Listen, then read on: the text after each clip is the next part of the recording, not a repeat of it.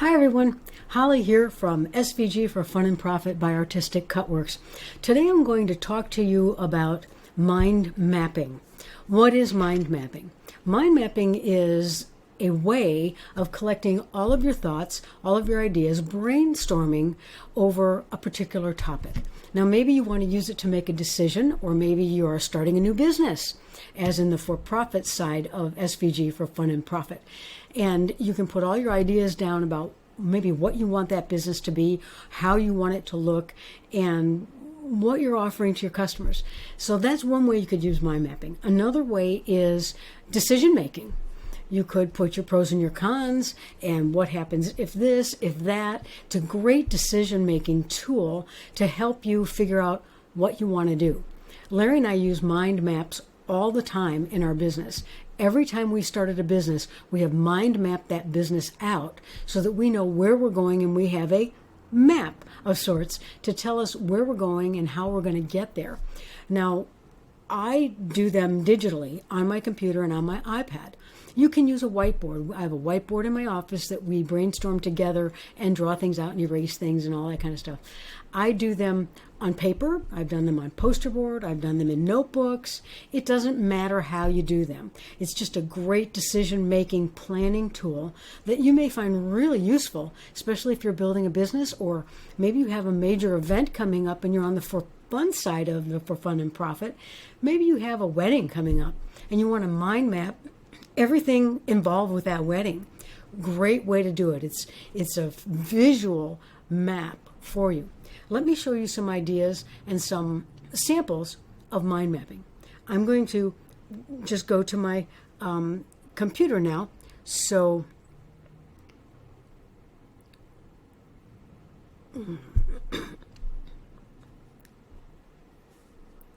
let's go here. I'm going to open up my I'm going to open up my Google search, and I just typed in mind mapping, and all of this comes up. And as you can see, there are many ways you can mind map. You can do it very simple, like this, with just circles. You could do it very simple like this, or very complicated and in a more artistic fashion. One that I really liked here, if I can find it, is a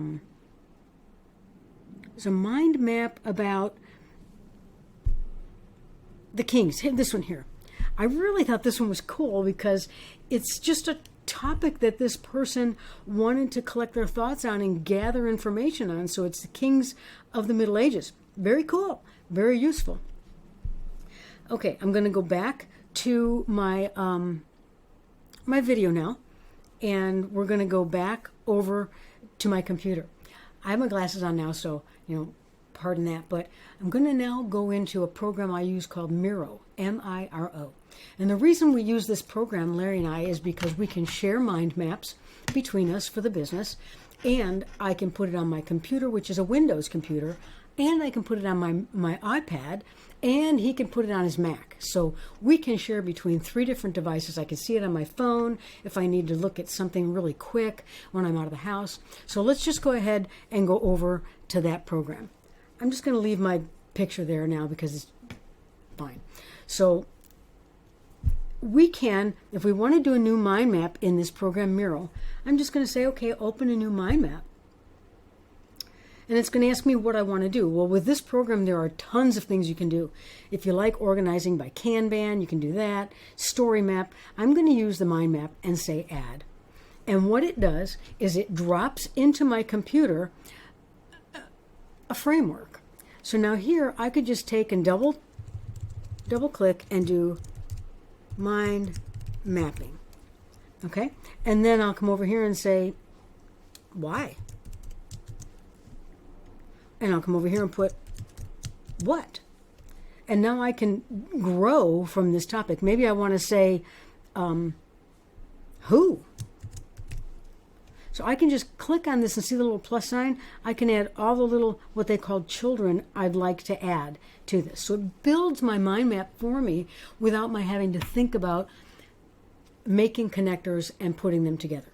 And that's really helpful. Now when I go out of here, it automatically saves it to wherever you'd like, maybe iCloud, maybe Dropbox, and then I can open that on my iPad, which is awesome because maybe I'm relaxing on the sofa and I'm like, oh gosh, I remember that one thing I need to put in there. I can do that. Now, if I open up this one, which is untitled, hopefully it's the right one. Not the right one. We'll go back and open the bottom one. Okay, cool. This one is blank. So I can, if I want to, now I can say, okay, let's just take this and draw an arrow like that. So now that arrow is connected. I can change the color of my arrow. I can change the type of my arrow. I can put pointers on the front, on the back. I can do anything I want. And now I can add a box if I like. Click on this. And now my box is attached. I can do it with the shapes built in so that they're perfect and symmetrical and all that kind of cool stuff. If that's what you like to do, it's really easy. You can do it on your iPad. It's very, very friendly. The only program I found that is completely friendly to both computer and iPad equally. Okay, so now I'm just going to hold Shift and draw a box around everything.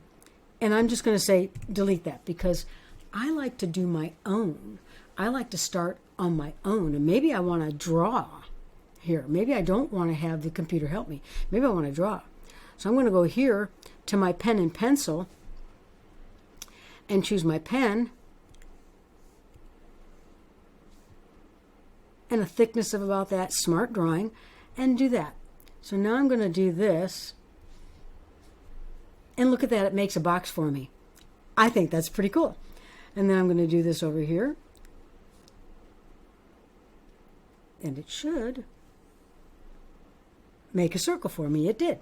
Awesome. So this one we'll just get rid of because it didn't do what I wanted to do. Now I can drag them around anywhere I want. I can take an arrow and do that, change the color of the arrow. So I can do that. Okay? I'm going to Shift, drag a box, and delete. But what if I really just want to freehand draw? Cool. Turn that off, turn off Smart Drawing. Okay? And now I'm just going to draw however I want to draw. Put a box over here, maybe green. Well, it didn't do green, but that's okay. Doesn't want to let me select green. And then I'll put Y. Now you can change the size so it's really unlimited. Mind mapping, Y. I use it for ideas, and we're just going to delete that, hitting the delete on the keyboard. Now let me show you a mind map that I made. I'm not going to give you a lot of detail on it, but it's a mind map that I made for copyright, which will be a post that I'm going to do in a little while. And I made this using the tools and the software. So that's what a mind map is. You're going to see a lot of these from me because this is how I organize my thoughts and organize my thinking and make a plan of attack for a project. So thanks for joining me for mind mapping. I hope you enjoyed it, and I hope you use mind maps and you enjoy my mind maps. Again, this is Holly from SVG for Fun and Profit by Artistic Cutworks.